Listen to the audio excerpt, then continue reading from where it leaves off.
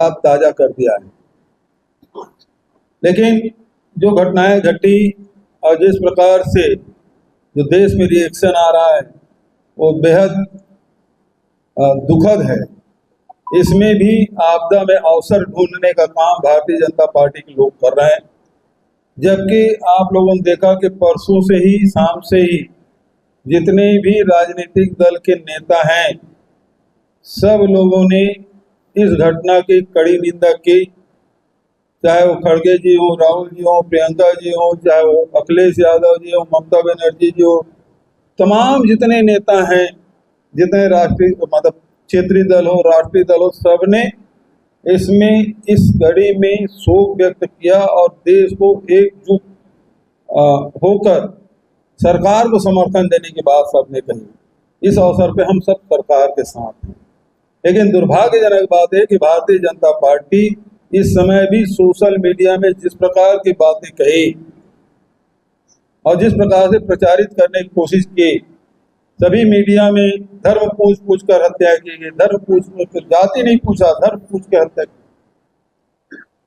लेकिन वहीं किसी ने यह सवाल नहीं उठाया कि आखिर इतनी बड़ी चूक कैसे हो गई, सुरक्षा वहां क्यों नहीं था, इंटेलिजेंस की भूमिका क्या रही, जबकि इसके पहले प्रधानमंत्री का वहां दौरा था वो स्थगित हुआ। उसके पहले आपने देखा कि गृह मंत्री जी ने कश्मीर के मामले में समीक्षा बैठक की। ये सब होने के बाद भी इतनी बड़ी घटना कैसे घट गई, आखिर इसके लिए जिम्मेदार कौन है?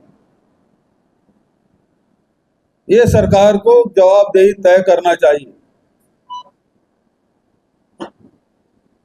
सवाल 28 जानों का है जो हमारे बीच नहीं रहे, वो परिवार उजड़ गए, उसको न्याय कब मिलेगा?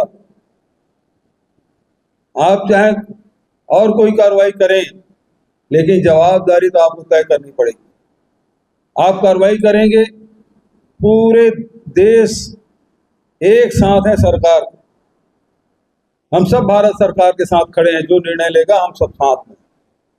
लेकिन ये तो बताया कि इस चूक के जिम्मेदार कौन है, इंटेलिजेंस जो फेलियर हुआ है उसके लिए जिम्मेदार कौन है, सहायता नहीं पहुंची उसके लिए जिम्मेदार कौन है? इन सवालों का उत्तर कौन देगा? ये महत्वपूर्ण विषय। दूसरा, अभी जिस प्रकार से देश में जो घटनाएं घट रही है, संविधान को तोड़ा मरोड़ा जा रहा है, विपक्षी दल के नेताओं को दबाया जा रहा है, जहां जहां जिन राज्यों में भारतीय जनता पार्टी की सरकार ने, वहां क्षेत्रीय दल के नेताओं को, राष्ट्रीय स्तर पे देखें तो कांग्रेस पार्टी के निशाने में लेकर कार्रवाई कर रहे हैं।